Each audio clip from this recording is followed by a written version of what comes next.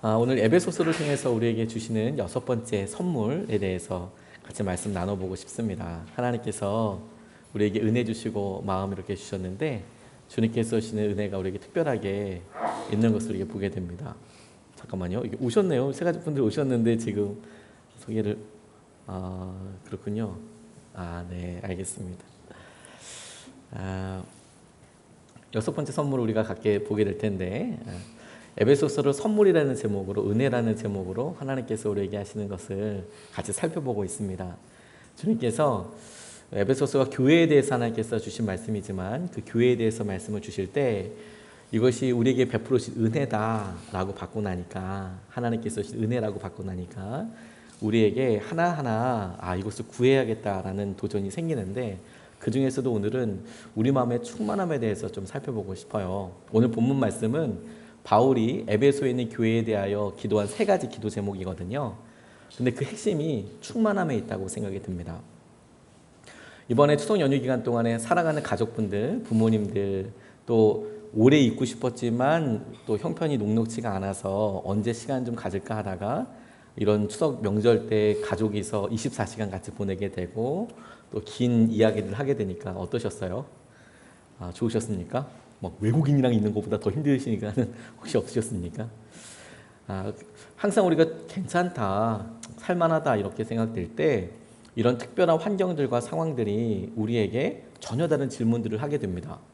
그리고 그런 전혀 다른 아주 단순한 질문이 우리에게 결핍되어 있는 것을, 우리에게 모자란 것들을 깨닫게 해요. 우리가 괜찮다고 생각했던 여러 일들에 대해서 아주 사소한 질문 하나가 그게 우리에게 이런 중요한 질문이 되겠구나. 부모님을 이렇게 찾아뵙고 나니까 부모님들이 연로하시고 점점 건강에 자신 없어 하시는 모습이 안타깝더라고요. 근데 정말 단순한 생각으로 이럴 때 부모님께 뭐라도 조금 더 해드릴 수 있으면 좋겠다 이런 생각이 문득 들더라고요. 그렇게 시작된 생각이 그렇지, 이 집에 필요한, 우리 부모님 댁에 필요한 이것도 해드리면 좋겠고 이것도 해드리면 좋겠고 이렇게 생각하다가 그래, 그런 형편들을 또 생각하게 되고 그리고 그런 게 없어서 또 안타까워하는 모습도 생각하게 되고 그리고 그렇게 할 수 없다면 내가 마음을 더해서 사랑하고 연락하고 또 이런 거 표현하는 게 필요하겠다. 다양한 생각들로 전혀 다른 형편에서 이렇게 만나게 되더라고요. 여러분이 추석 연휴 때 주신 주님의 이런 질문과 도전을 여러분 가볍게 생각하지 않으셨으면 좋겠습니다. 어느 어머니가 사랑하는 아이가 태어나니까 그 아이를 놓고 이렇게 기도해 줬대요. 하나님이 아이가 모든 사람들에게 사랑받게 해주십시오 라고 기도를 했답니다. 모든 사람에게 사랑받게 해주십시오. 여러분들도 한두 번쯤 기도해 보셨죠? 그런데 그 사랑받게 해달라고 했던 그 기도가 응답이 되어서인지 그 아이가 실제로 자라면서 참 많은 사람들에게 사랑을 받더랍니다. 예쁘고 또 착하고 똑똑하고. 그런데 그렇게 사랑과 고임을 받으면서 자랐던 이 아이가 점점 어른이 되고 중년이 넘어가는 데에 사랑을 받고 부모의 기도처럼 그렇게 자랐지만 본인이 사랑을 받고만 있다 보니까 받는 것은 굉장히 익숙한데 베푸는 것은 또 어색한 거예요. 내가 사랑을 받고 사람들의 관심을 받는 것이 당연하다고 생각은 드는데 그냥 그 사랑에 대해서 어떻게 표현해야 될지를 잘 모르는 거죠. 그래서 이 사람이 중년이 돼서 마음의 헛헛함과 어려움을 경험하고 난 다음에 기도 제목이 이렇게 바뀌었답니다. 자기 입으로 하나님께 기도하게 되기를, 하나님, 이제는 제가 사랑하는 사람이 되게 해주십시오. 사랑받는 사람이 아니라 사랑하는 사람이 되게 해주십시오 라고 기도하게 되었다고 헤르만 헤세라는 사람이 쓴 단편에 나오는 내용입니다. 위치가 변하고 되고 똑같은 환경과 상황들에 그냥 만족합니다, 좋다, 은혜로다, 충분하다라고 생각했던 일들이 위치가 바뀌고 상황이 바뀌고 시간이 지나게 되면 전혀 다른 기도 제목이 되고 혹은 심지어 반대의 상황에 처하게 되는 경우들이 있지요. 우리가 부모님들이 우리를 위해서 기도해 주신 것을 우리가 잘 누리고 있지만 우리가 부모가 되고 그리고 부모님들이 우리의 도움의 어떤 손길이 어떤 경우에 정서적으로나 시간으로나 혹은 물질로나 필요할 때가 되면 그러면 기도 제목이 조금씩 바뀌게 되고 전혀 다른 의미를 갖게 되죠. 그럴 때 묘하게 우리 삶엔 당연하다, 괜찮다, 만족하다라는 삶에서 이게 괜찮을까? 이게 지금은 조금이지만 이게 지금 제대로 된 삶일까? 라고 조심스럽게 질문해 보게 됩니다. 충만이란 단어는 우리가 어떤 그릇이라면 거기에 가득 채워져 있는 상태를 말하죠. full enough, 충분히 차 있는 거, 넘쳐 흐르는 것을 말하게 되죠. 이 충만이라는 단어를 어떤 주관적인 상황에서 보게 될 때는 만족이라는 단어와 비슷하게 쓰일 수도 있습니다. 완전히 똑같은 말은 아니지만 우리 개인이 이 충만한 상태에 대해서 판단할 때 나는 만족한다. 근데 이럴 때 둘 다 중요한 기준 하나가 있는데 무엇에 대해서 충만하고 무엇이 만족한가 하는 것이 중요한 질문이 되겠어요. 우리가 당연하다고 생각했던 삶의 어떤 영역들, 재정도, 이런 사람들과의 관계도 그렇다가 새롭게 만나는 여러 환경들과 상황들에 이게 우리가 사랑의 표현이 혹은 당연하다고 생각했던 이런 일들이 부족해라고 생각하는 이유는 그 기준이 살짝 바뀌었기 때문에 그렇습니다. 시선이 살짝 바뀌었기 때문에 탕자 어거스틴을 성자로 살게 하고 깡패 기믹두를 하나님의 목회자로 살게 하고 그리고 조지 밀러 자기만 알고 있었던 삶이 수천 명의 고아들을 먹여 살리는 삶을 살게 하고 80살이 넘어서 전 세계를 돌아다니면서 설교를 하게 했던 웨슬리 글을 썼던 그런 새 힘이 우리에게 충만함으로 누려지기 위해서 우리에게 뭐가 필요할까? 이런 질문들을 오늘 본문을 통해서 우리가 같이 생각해 볼 수 있으면 좋겠습니다. 마음 안에 생긴 자그마한 이 균열에 대해서 이것을 작은 문제라고 생각하지 않고 어떻게 하나님께서 주신 은혜로 질문하고 우리가 이것을 해결할 수 있겠는가 하는 것이죠. 이 충만함의 기준에 대해서 생각할 때 우리가 오늘 본문 말씀에서 16절 17절 말씀에서 기준 하나를 같이 붙잡고 싶습니다. 16절 17절 말씀에 보면 아버지께서 그분의 영광의 풍성하심을 따라 그분의 성령을 통하여 여러분의 속사람을 능력으로 강건하게 하여 주시고 믿음으로 말미암아 그리스도를 여러분의 마음속에 머물러 계시게 하여 주시기를 빕니다. 이렇게 바울이 기도하고 있습니다. 이건 바울의 첫 번째 기도이기도 하지만 이 본문에서 두 가지 중요한 축을 잡을 수가 있어요. 하나, 성령님께서 우리의 속사람을 강건하게 하여 주신다. 강건하게 하여 주신다. 속사람이 우리의 마음 안에 있는 우리의 연약함을 성령님께서 강건하게 하여 주신다라는 것 한 가지와 그 기도가 이어지기를 주님께서 우리 안에 거하여 계시는 것을 우리 안에 머물러 계시게 하여 주시기를 원한다라는 겁니다. 우리의 마음이 성령님께서 우리가 순간순간 외롭고 힘들고 어려울 때마다 우리에게 새 힘이 되어서 우리 속사람을 강건하게 하여 주실 수 있는데 거기서 끝나지 않고 우리 안에 계신 분이 계시다는 거예요. 여러분 상상해 보세요. 우리가 우리 안에 나 혼자 이렇게 있는 것이 아니고 주님께서 같이 계시는 거예요. 그 주님이 우리와 함께 머물러 계시기 때문에 우리가 연약할 때나 우리가 어려울 때나 힘들 때나 기쁠 때나 우리와 함께 하여 주셔서 우리를 일으켜 주세요. 거기에 바울은 충만함의 비결이 있다라고 생각하는 거예요. 성령님께서 우리에게 부어주셔서 주시는 새 힘과 성령의 은혜와 함께 그런 충만한 삶이 계속 이어지기 위해서 우리 안에 그리스도 예수님께서 함께하고 계시는 것을 우리가 알아야 한다는 것이죠. 이와 같은 사실을 우리는 말씀으로 이미 알았습니다. 우리가 예수님을 믿는다라고 고백할 때 그때 말씀이 우리에게 약속하여 주시는 것은 무엇이냐면 이런 결단과 고백이 우리의 의지로만 되는 것이 아니고 우리를 예정하시고 우리를 선택하신 그 하나님께서 우리의 마음을 감동하셔서 우리가 그렇게 고백하게 되는 것이라고. 그래서 우리가 주님을 고백하게 되고 믿게 된다는 것은 우리 안에 그 주님이 계신다라는 것을 표현하는 거라고 우리가 그렇게 말씀을 통해서 확인할 수 있습니다.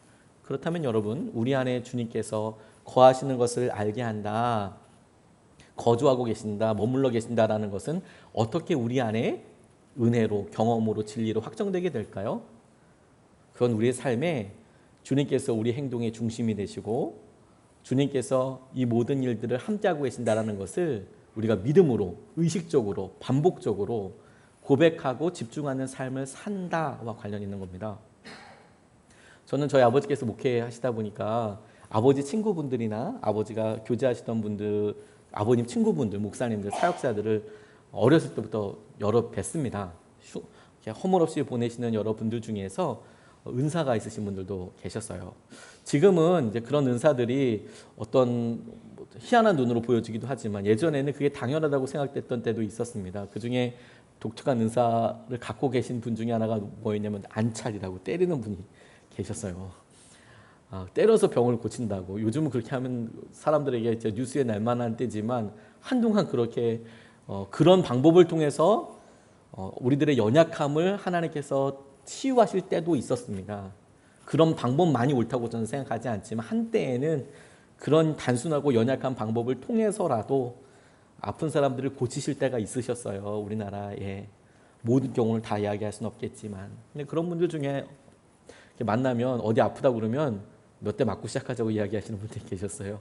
아버님 친구분들 중에서. 그러면 엎어놓고 패는 거거든요. 그러면 안 아프다고 벌떡 일어나서 이야기하곤 했었습니다. 물론 그런 분들의 모든 끝을 다 제가 알지는 못하지만 안타깝게 부모님과 함께 보내면서 가끔 소식을 들려다 보면 그분들에게 있어서 인생의 위기다, 사역의 위기다라고 찾아왔을 때가 성령의 능력이나 본인이 했던 사역에 있어서 막힘이 생겼을 때가 아니었고 그분이 지속적으로 자기 삶을 이끌고 계시는 분이 주님이시라는 것을 잃어버렸을 때 주님께서 우리 안에 머물러 계시는 것에 대해서 주님은 그렇게 계시지만 그분 스스로가 그것을 인정하고 붙잡고 믿음으로 의지하는 것을 포기하게 되었을 때 이미 어려움의 나락으로 들어가게 되는 거더라고요. 성령님께서 우리 안에 함께 하시고 우리의 마음을 붙잡아 주실 때 우리가 우리의 것을 우리와 함께 하시는 예수님에게서 찾아야 하는 것입니다. 그 외에 다른 것에서 찾는 것은 우리가 묘하게 느끼는 불일치 혹은 만족하지 못하는 것, 충만하지 못한 것 혹은 우리가 외롭다, 고독하다, 힘들다라고 이야기하는 것의 원인이 되는 모든 것은 하나님을 의지하지 않고 주님을 의지하지 않고 다른 것에서 채우려고 했을 때에 생기는 문득문득 생기는 어려움이에요. 예전에는 어렵고 힘들 때를 겪으셨던 분들이 많이 계실 겁니다. 모든 게 다 부족하다 보니까 모든 게 다 기도 제목이었죠. 모든 게 다 기도 제목이다 보니까 주님께서 모든 것을 기도하게 하셨을 뿐만 아니라 그것을 통해서 모든 것을 다 채워주셨어요. 그런데 여러 상황들과 형편들이 나아지면서 이제는 예전에는 간절한 기도 제목이었던 것들이 이제는 내가 열심히 하고 무언가 준비하고 혹은 그냥 가지고 있으면 더 소유하면 간단하게 풀어질 수 있는 문제들로 전락한 것처럼 보입니다. 더 이상 기도하지 않아도 내가 열심히 일하면 돈을 벌 수 있고 그래서 이걸 기도하기보다는 내가 나가서 일감을 따와야지 이렇게 생각하게 되고 내가 직장에서 뭔가 더 좋은 아이디어를 대야 되지 그래서 내가 한 방에 끝내야지 기도하기보다는 그런 생각에 붙잡히게 되고 내가 건강해서 조금이라도 더 일하는 것이 내 노후를 위해서 내가 기도하는 것보다 훨씬 더 낫지. 그러니까 뭔가 믿음을 대체할 수 있는 일이 참으로 많이 생겼죠.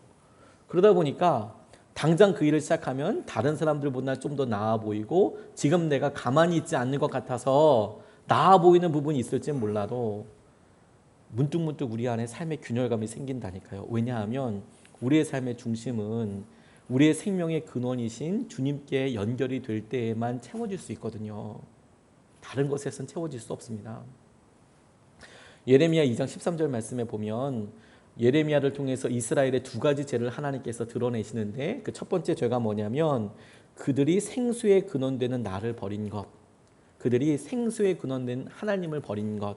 두 번째, 스스로 웅덩이를 판 것인데 그것은 그 물을 가두지 못할 터진 웅덩이들. 이 말은 뭐냐면 그들이 무언가를 소유하기 위해서 무언가를 모아두기 위해서 웅덩이를 팠는데 그 웅덩이는 구멍이 숭숭숭 뚫려 있어서 자기들이 아무리 그것을 만족하고 충만하고 채우기 위해서 넣어도 다 흘러버리는 깨진 그릇과도 같은 깨진 웅덩이와 같은 것을 판 것.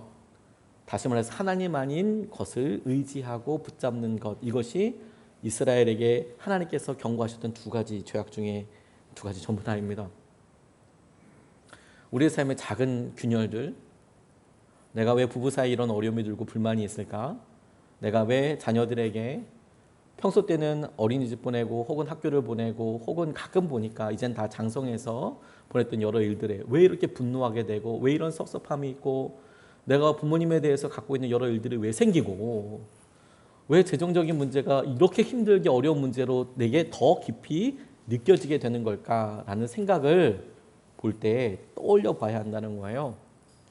내 충만함의 기준, 나의 만족함의 기준이 터진 웅덩이와 같은 세상의 것을 채워서 누리고자 하는 것이 목표인가?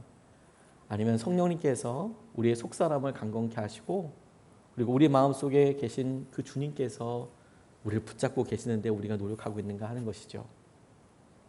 이것을 우리가 믿음으로 받아들이고 정말 주님, 우리가 믿음의 눈을 열어서 주님을 보기 원합니다 라고 기도하게 된다면, 기도하기로 결정하게 된다면, 그러면 우리가 눈을 열어서 우리 안에 계신 주님이 무슨 일을 하는지, 어떤 일을 하시는지에 대해서 주목해 볼 필요가 있어요. 우리 안에 주님이 계시면 그 주님이 우리의 속사람을 강건케 하시는데 구체적으로 어떤 일을 하고 계시겠나. 17절, 18절, 19절 말씀에 이렇게 나와 있어요. 여러분이 사랑 속에 뿌리를 박고 털을 잡아서 모든 성도와 함께 여러분이 그리스도의 사랑의 너비와 길이와 높이와 깊이가 어떠한지를 깨달을 수 있게 되고 지식을 초월하는 그리스도의 사랑을 알게 되기를 빕니다. 그리하여 하나님의 온갖 충만하심으로 여러분이 충만하여지기를 바랍니다. 이렇게 이야기합니다. 우리는 여기에 맨 뒷부분, 하나님의 온갖 충만케 하심으로 모든 것을 만족케 하시고 모든 것을 채워주시게 하시는 그 능력으로 우리의 모든 것이 그렇게 충만하게 되기를, 만족하게 되기를 원합니다 만 붙잡고 싶지만, 그렇게 이루어지게 되는 데에 중요한 마스터 키 열쇠가 있어요. 그게 뭐냐면 그리스도께서 우리 안에 계신 것과 관련된 그분이 하시는 일입니다. 성령으로 말미암아 우리 속사람을 강건케 하시고 우리 안에 계시는 그리스도께서 우리 안에서 어떤 일을 하시냐면, 우리가 그분의 사랑 안에 머물러서 그분의 사랑의 깊이를 혹은 높이를, 넓이를, 길이를, 그 큰 총체적인 그 모습을, 형상을 우리가 깨닫게 하시는 일을 우리 안에 계신 주님이 하세요. 다시 말해서 여러분, 우리가 헛헛함을 느끼고 우리의 삶에 허무하다, 내가 30년이나 일해봤는데 이거 하나 못하냐, 내가 이런 일도 못할 만큼 그렇게 가난해진 거냐, 이렇게 낙담하는 게 원인이 돈이 없어서가 아니고요. 우리 안에 우리를 사랑하시는 주님 앞에 그 주님의 사랑을 누리지 못하게 되는 것에서부터 일어나는 당연한 결과인 거예요. 하나님이 모든 것에 충만케 하시는 데 있어서 그 충만함에 이르게 하는 굉장히 중요한 통로가 뭐냐면, 우리 안에 계신 주님이 우리를 얼마나 사랑하시는지를, 그 깊이를 알고 그것을 누려서 지식을 초월하는 그리스도의 사랑을 우리가 알게 되는 거라고요. 지식을 초월하는, 경험을 초월하는 그리스도 주님의 사랑을 우리가 알아가게 될 때 우리에게 하나님께서 모든 것을 채워주시는 그 충만함의 중요한 통로가 열리는 거예요. 그거 없어도 살 수 있겠다, 그것보다 더 놀라운 은혜 누릴 수 있겠다 하는 것이죠. 이번에 어머니를 뵀는데 어머니가 이런 명절 있을 때마다 제게 평소 때 하고 싶었던 이야기들을 폭포수와 같이 쏟아내세요. 더 자주 찾아뵐 걸, 이런 생각도 들 만큼 명절 때는 아무래도 오래 있잖아요. 자고 오고 그러니까 이제 딱 잡아놓고 이제 얘기를 하면 이제 별의별 이야기를 다 하십니다. 머리 스타일부터 시작해서 설교가 길다, 뭐 이런 이야기, 뭐 그런 이야기, 다른 사람들 하지 않는 이야기를 저희 어머니는 다 하시는 거죠. 뭐 옷 색깔은 뭐가 어울린다, 살이 뭐 늘었다 빠졌다, 막 이런 이야기부터 막 엄청 공격적이세요. 분명히 살 빼라고 그래놓고서 또 음식은 맛있는 거 잔뜩 해놓고 먹으라고 하시고, 이런 엄청난 딜레마를 매년마다 겪고 있습니다. 살 빼라고 그랬으면 밥을 주시지 말든지, 밥은 또 그냥 이빨 채워놓으시고 다 먹으라고 하는데 또 뭐 살은 쪘다고 그러시면 뭐 또 어떻게 해야 되는 거예요, 저보고. 뭐 안 먹고 뺄 수 있는 방법은 없지 않습니까? 근데 그런 여러 이야기를 나누면서 어머니가 최근에 은혜 받았던 이야기를 하시더라고요. 처음엔 자랑부터 시작하셨어요. 그 아마 통신회사는 잘 모르겠는데 통신회사에 인터넷을 뭐 연결하면 TV를 주나 봐요. 뭐 그런 게, 저희 집에 TV가 없어서 전 잘 모르는데요. 인터넷을 이렇게 바꾸면 TV를 뭐 새로 바꿔주나 봅니다. 꽤 괜찮은 TV를 주나 봐요. 그래서 TV를 바꾸셨더라고요, 전에. 근데 그 TV가 바꾼 지 오래됐는데도 부모님들이 매년마다 기능을 하나씩 알아가고 계세요. 다른 기능을 할 수가 없으니까. 근데 저희 어머니가 제 설교를 이제 들으시는 게 취미시거든요. 유튜브에 올리니까. 그래서 유튜브를 배우셨어요. 유튜브를 이렇게 막 하다가 어떻게 잘못 눌러서 버튼을 잘못 눌렀는데 TV에서 갑자기 제가 모습이 나오는 거예요. 뭐 그런 TV 기능이 있더라고요.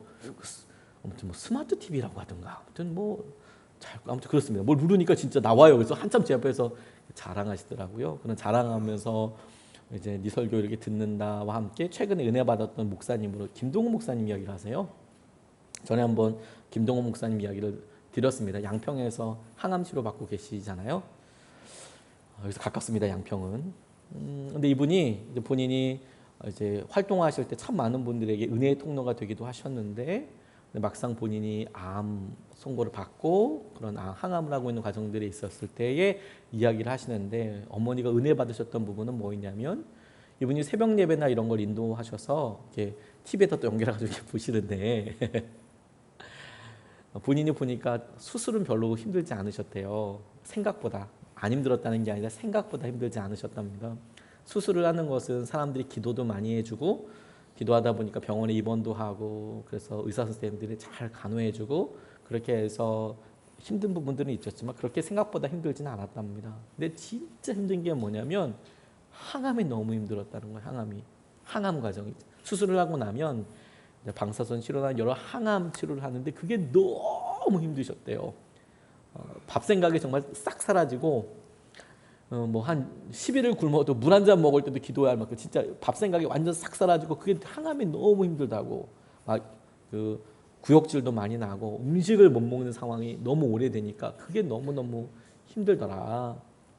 그러면서 본인이 이렇게 본인이 암 걸리고 나니까 이런 암 걸린 사람들이 참 많겠다에 대해서 생각이 드셨나 봐요. 근데 그걸 가지고 말씀을 붙잡고 기도하는데 하나님께서 마음속에 그렇게 이야기해 주시더랍니다. 도전하시는 것 같더래요. 내 백성을 위로하라 라는 그런 단순한 말씀. 아마 다 들어보신 말씀이고 그 목사님도 아마 그걸로 수백 번은 설교를 하셨을 거예요. 내 백성을 위로하라.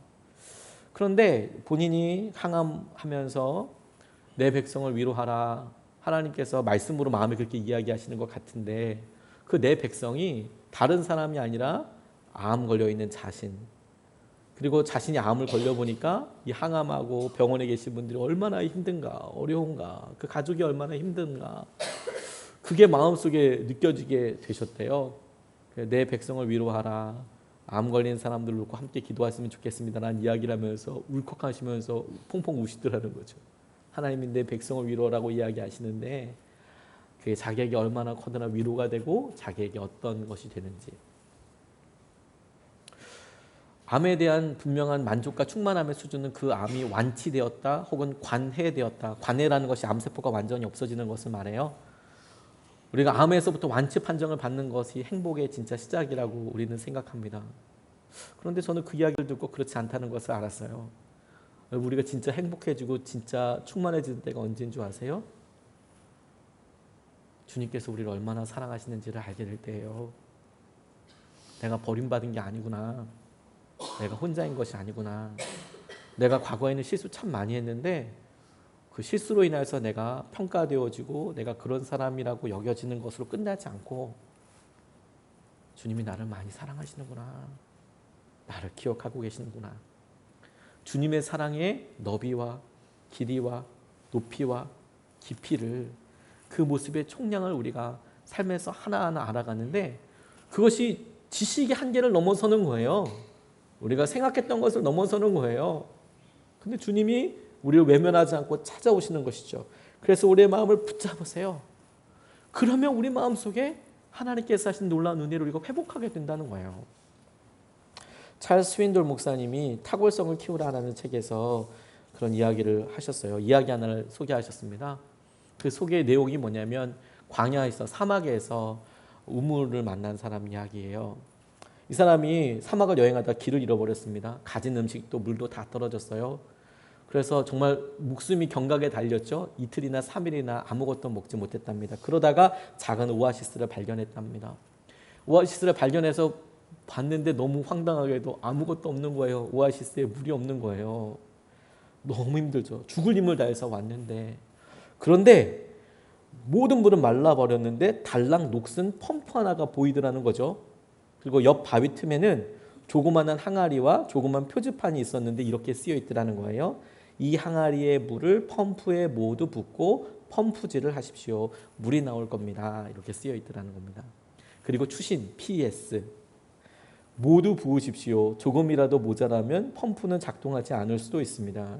그리고 다음 사람을 위해 항아리에 물을 채우는 것도 잊지 마십시오. 이렇게 쓰여 있더라는 거예요. 나그네가 고민하기 시작했어요. 이 말을 믿어야 되나 말아야 되나. 내가 지금 목이 너무 마른데 이거 내려면 한 항아리 다 마실 수 있는 능력이 있을 텐데 다 마셔버리고 내가 다음 길을 갈 건가, 아니면 이 사람 말을 듣고 내가 이것을 여기다 부어버리고 내가 펌프질을 할 건가. 여러분들은 어떻게 하실 것 같아요? 여러분들은 내가 어려운 상황을 만나서 이만한 간절한 기도 제목으로 기도했더니, 구체적인 예로 하나님 내게 이만큼의 재정이 필요합니다 라고 간절히 기도했는데 그 재정이 딱 들어오자마자 보이자마자 하나님께서 그거 누구한테 주라고 이야기하시면 이게 마중물이라고 생각될 때일까요? 아니면 이걸 어떻게 될까라고 생각할까요? 근데 이분이 이걸 보고 한참 고민했답니다. 어떻게 할까? 마실까?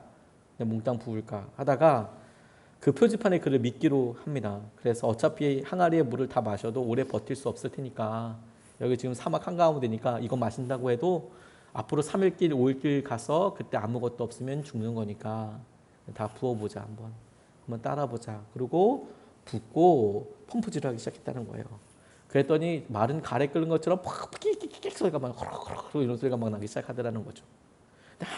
한참 막 펌프질을 하니까 얼마 안 있어서 지하수가 펑펑 쏟아지더라는 거죠. 마중물이 돼서 물이 막 쏟아 나오는데, 그러니까 물을 실컷 마실 뿐만 아니라 그 물 받아서 샤워도 하고 물주머니에 가득 물도 채우고 항아리에 다시 물도 채우고 그렇게 된 거예요.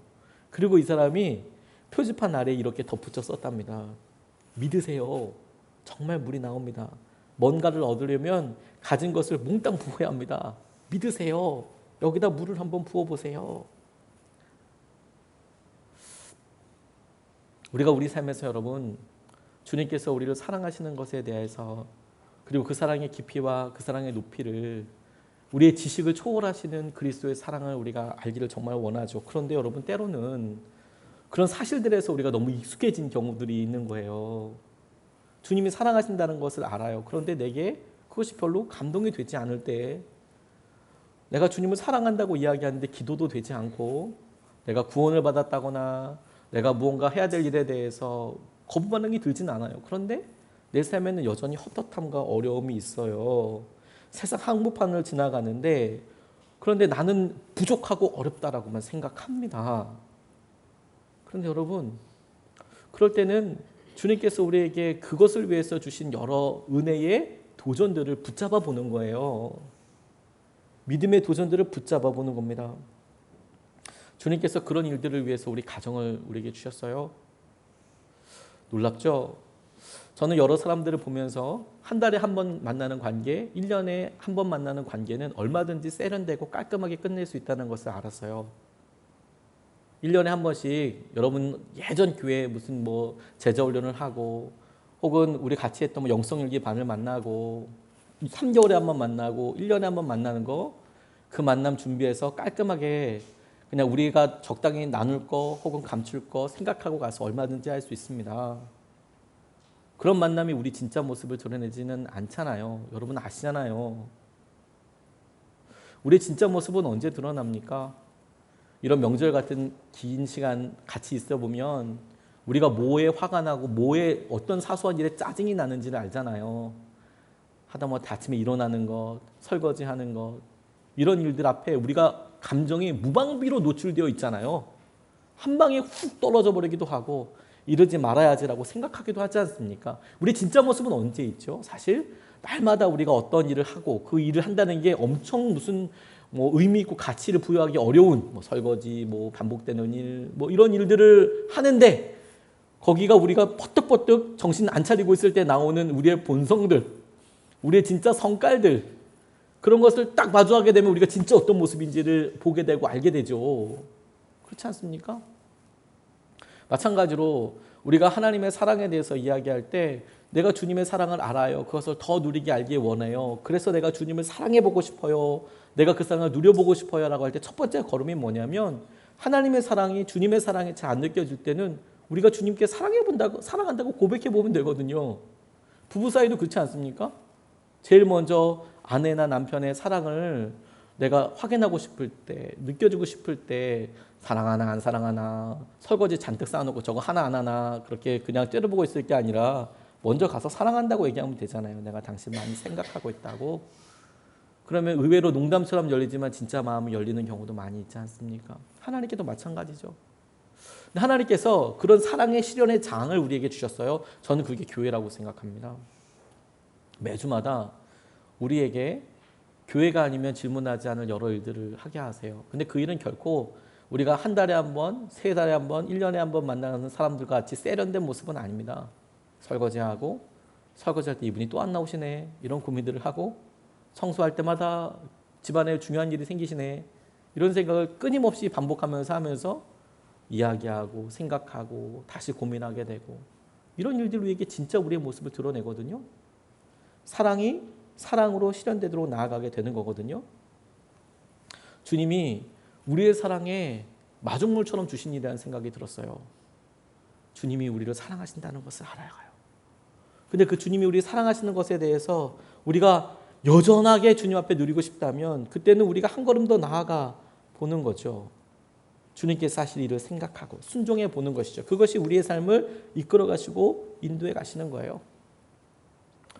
근데 이와 같은 사랑의 충만함을 우리가 주님 앞에 구하고 기도할 때, 주님, 우리가 우리의 삶의 모든 영역과 우리의 모든 삶의 일들이 주님께서 우리를 사랑하시는 것 때문에 충만하게 누려지기를 원합니다. 다시 재기하기를 원하고 다시 회복되기를 원하고 다시 시작하기를 원합니다 라고 이야기할 때 주님께서는 또 한 번 우리의 방향을 같이 말씀으로 비춰보고 싶어 하세요.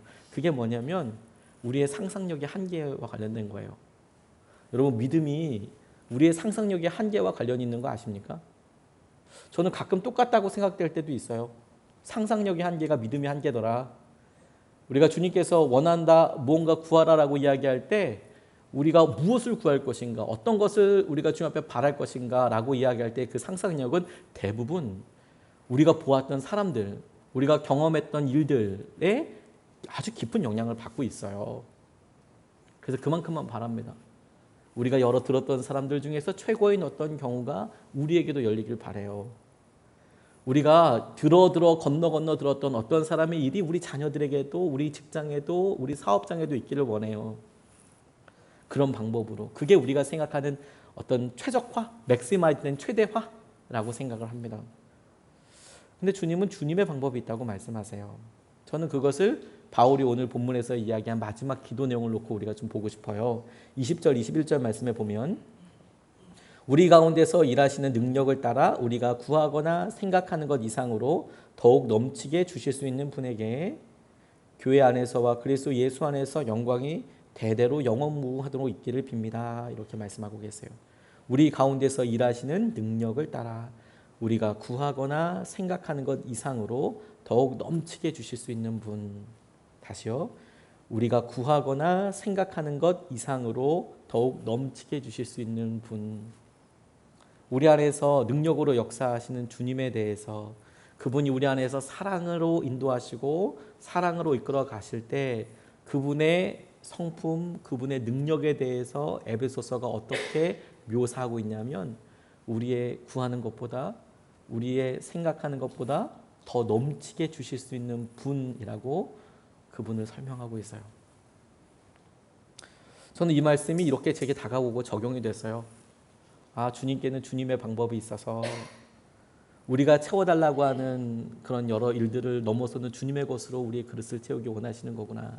우리 아이들이 그릇 하나 주면 내가 좋아하는 어떤 과자로 이걸 가득 채워주세요. 이빠이 채워주세요. 젤리로 가득 채워주시고 오레오로 가득 채워주시고, 아이들은 자기가 원하는 그것으로 내가 갖고 있는 이 그릇이 가득 차기를 원하죠. 그런데 주님께서는 주님이 주실 수 있는 것으로 우리의 그릇을 가득 채워주시기를 원하세요. 그리고 가득 채워주세요. 서정호 목사님 책을 읽다가 제가 참 은혜 받은 내용이, 간증이 있었습니다. 이분이 본인 교회에 있었던 일을 이야기하시는데 말기 암 걸려서 본인 교회에 오신 어떤 여자 성도분의 이야기를 나누셨어요. 이분이 오래전에 남편도 잃었고 친정도 시댁도 없는 천의 고아 같은 그런 삶을 사셨는데 7살짜리 딸아이가 있었습니다. 얼마나 기가 막힐까요, 그 딸이. 그런데 본인이 말기 암인 걸 알게 된 거예요. 그러니까 엄마 혼자서 아이를 키웠는데, 직장 생활하시는 어머니들 잘 아시죠? 여자분들 아시죠? 아이들 직장 생활하면서 키우는 게 진짜 만만치가 않습니다. 그러니까 저희 교우분들 중에서 아이들 데리고 아침에 교회 오시는 분들 보면, 특별히 아이가 뭐 둘, 셋 이러면 무조건 표창장 줘야 된다 생각해요. 그런데 11시에 온다는 것은 11시에 일어났다는 게 아니고요. 진짜 9시, 8시부터 애를 깨우고 구워 삶고 지지고 볶아야 애들이 그래도 멀쩡하게 올 수 있어요. 근데 애들이 뭐 말 잘 듣고 가만히 있나요? 그걸 지지고 볶은 다음에 오면 엄마들은 막 땀과 전초를 치르고 나서 이제 예배 오잖아요. 그러면 교회에 앉아서 있는 게 정말 쉽지 않잖아요. 그만큼 전투적으로 살아요. 이 엄마가 7살짜리 아이를 어떻게 키웠을까 진짜 기가 막히더라고요. 그런데 본인이 말기암에 딱 걸렸다고 하니까 의지할 데가 없잖아요. 그래서 마음에 조그만한 위안이라도 받을까 싶어서 신앙생활을 시작하기로 하셨대요. 뭐 특별한 어떤 게 아니라 너무 힘드니까, 본인도 남편도 없고 뭐 아무도 없으니까 내가 자그마한 위로라도 교회라는 곳에 다니면 좀 받을 수 있지 않을까? 이런 생각이 들어서 교회에 왔다는 거예요. 몸은 점점 피폐해지는데 교회에 등록했는데도 불구하고 자기 자존심이 있어서 자기 형편을 이야기하지 않았답니다. 아마 이 교회도 1대1로 성경 공부하는 게 있나 봐요. 저희 바나바 교육처럼 1대1로 양육을 하는 그 집사님에게 마저 사정을 숨겼답니다. 괜찮다고, 우리 나 암이지만 괜찮다고, 그냥 뭐 낫겠죠, 뭐 약 먹으면, 이렇게 가지고 본인의 마음에 있는 두려움은 차지하고 내려앉고 아주 쿨하게 괜찮다고 이렇게 얘기하는데, 점점 몸은 존재적으로 실존적으로 반응하지 않습니까? 몸이 진짜 나빠지니까. 그리고 일가 친척에게, 가까운 친척은 없지만 먼 친척에게는 돈을 얼마간 저축해 놓은 것이 있어서 딸의 미래는 걱정할 것이 없다고, 암보험 들어놓고 그래서 애는 걱정할 필요 없다고 이런 식으로 이야기했나 봐요. 근데 사실은 그렇지가 않았습니다. 보험 이런 거 없었고 사실은 너무 힘들었어요. 근데 그놈의 자존심이 이제 괜찮다고 얘기하는 거죠. 몸은 점점 쇠약해져 가는데 이제 본인 스스로가 알았어요. 내가 이렇게 좀 버티고 그러면 나는 강단 있고 깡도 있으니까 나 이거 얼마든지 내가 이겨낼 수 있어. 이렇게 생각하다가 그게 마침내 허물어졌어요. 나 이대로 죽겠구나. 나 못 일어나겠구나. 이런 생각이 드시더랍니다. 그래서 할 수 없이, 정말 할 수 없어서 참다 안 돼도 내 문제는 내 문제지만 딸 문제는 또 다른 문제니까 자기에게 도움을 주셨던 그 집사님에게 이야기했대요. 이 딸아이를 입양시설로 보내고 싶다고.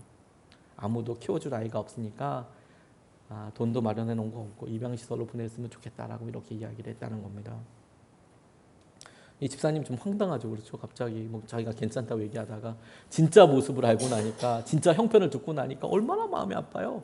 그래서 기도하는데, 하나님 어떻게 하면 좋겠습니까? 이 모녀를 생각하면 안타깝게 가슴을 치면서 기도하는데, 그러다가 그 문제를 그 교회 그 목사님과 나누게 됐다는 거예요. 이 가정 이런데, 이 세 가족인데 이거 어떻게 합니까? 그래서 이 목사님이 고민하시다가 교회 광고 시간에 이야기를 하셨대요. 입양할 사람이 없을까요? 저희 교회에서 이 아이를 입양했으면 좋겠습니다. 누군가 우리 성도들 가운데 입양할 분이 있으면 우리 입양할 수 있으면 하죠. 어려운 광고지만 했대요.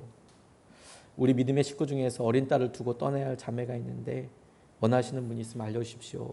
그런데 그날 바로 저녁에 연락이 왔답니다. 세 딸을 둔 부목사님, 사모님이, 목사님이 의논한 후에 그 아이를 본인이 입양하고 싶다라고 이야기를 했어요. 이유가 굉장히 단순했습니다. 그 딸아이와, 그 여인의 딸아이와 본인 아이가 유치원 친구였던 거예요. 유치원 친구. 그래서 그 상황을 알고 있었는데 그렇다고 얘기하니까 이 아이를 내가 입양하고 싶다. 딸아이가 있으니까 입양하고 싶다. 그래서 그 부목사님네 가정이 딸이 넷이 됐대요. 세 딸이 있었는데 이제 네 번째 딸이 들어온 거죠.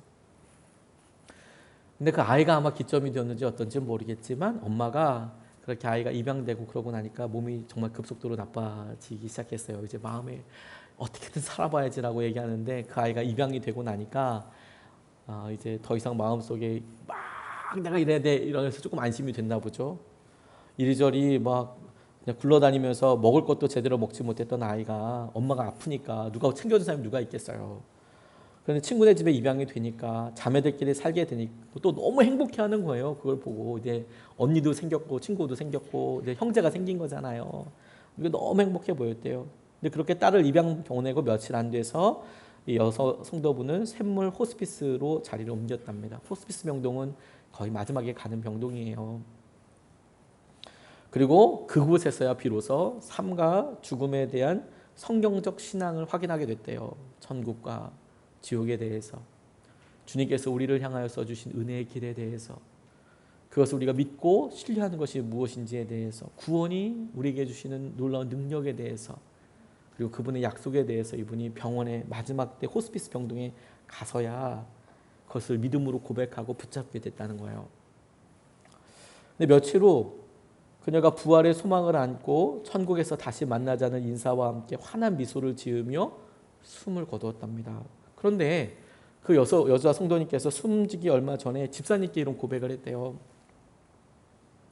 내가 혹시 건강을 회복해서 낫는다고 해도 내 딸이 그냥 목사님 댁에서 자랐으면 좋겠어요.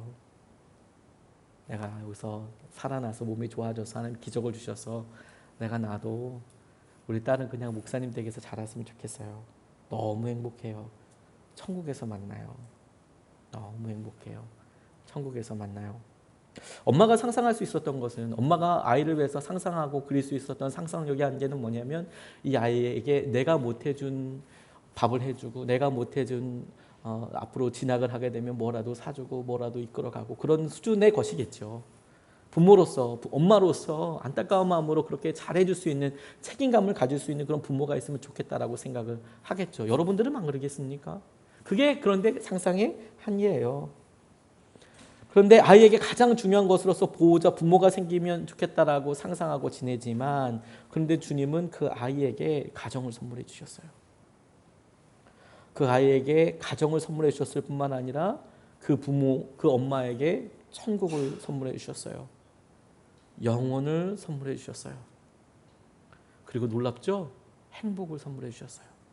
죽어가는데, 마지막인데. 우리 잔이 넘치나이다 라고 고백할 수 있는 은혜가, 내 잔이 넘치나이다 주님, 내게 이 잔이 넘치나이다 라고 이야기할 때, 그때 우리가 간절히 원하고 소망했던 그것이 뭔가 막 부어져서 내 잔이 넘치나이다 이런 생각을 하잖아요. 근데 주님께서 우리 잔에 부어주실 그 놀라운 은혜와 그 놀라운 채우심은, 충만케 하시는 것은 우리가 이것 있으면 좋겠네요 라고 이야기하는 것을 넘어서서 당신의 것으로 우리를 부으세요. 하늘의 것으로 우리를 채우세요. 천국으로 우리를 붙잡으세요. 그냥 3년 5년 있다가 다시 구해될 것이 아니고 영원히 목마르지 아니할 생수로 우리를 붙잡으세요. 우리에게 주시고자 하시는 것이 바로 그것이죠. 우리가 주님 앞에 충만함을 누리고 싶다라고 이야기할 때에도 우리가 거룩한 상상력을 동원해서, 하나님, 우리가 우리 삶에서 이것 해결되면 참 좋겠네요 라고 하는 것이 오히려 우리의 자승자박인 거 아십니까? 오히려 그것이 우리 삶의 한계인 거 아십니까? 우리의 기도 제목이 바뀌어서, 하나님, 당신 것으로 나를 채워주십시오. 주님의 것으로 우리를 부어주십시오. 주님의 것으로 우리의 놀라운 것을 채워주십시오. 우리 가정에 주님의 것으로 채워주시고 인도하여 주십시오. 그것이 우리 삶의 놀라운 증거가 되고 믿음의 고백이 될 수 있으면 좋겠습니다. 우리가 이 말씀을 붙잡고 좀 같이 찬양하고 싶어요. 우리의 기도하는 것보다 더 놀랍게 채워주시는 주님이십니다. 우리가 믿고 구하는 것보다 주님이 주시는 것이 더 놀랍죠.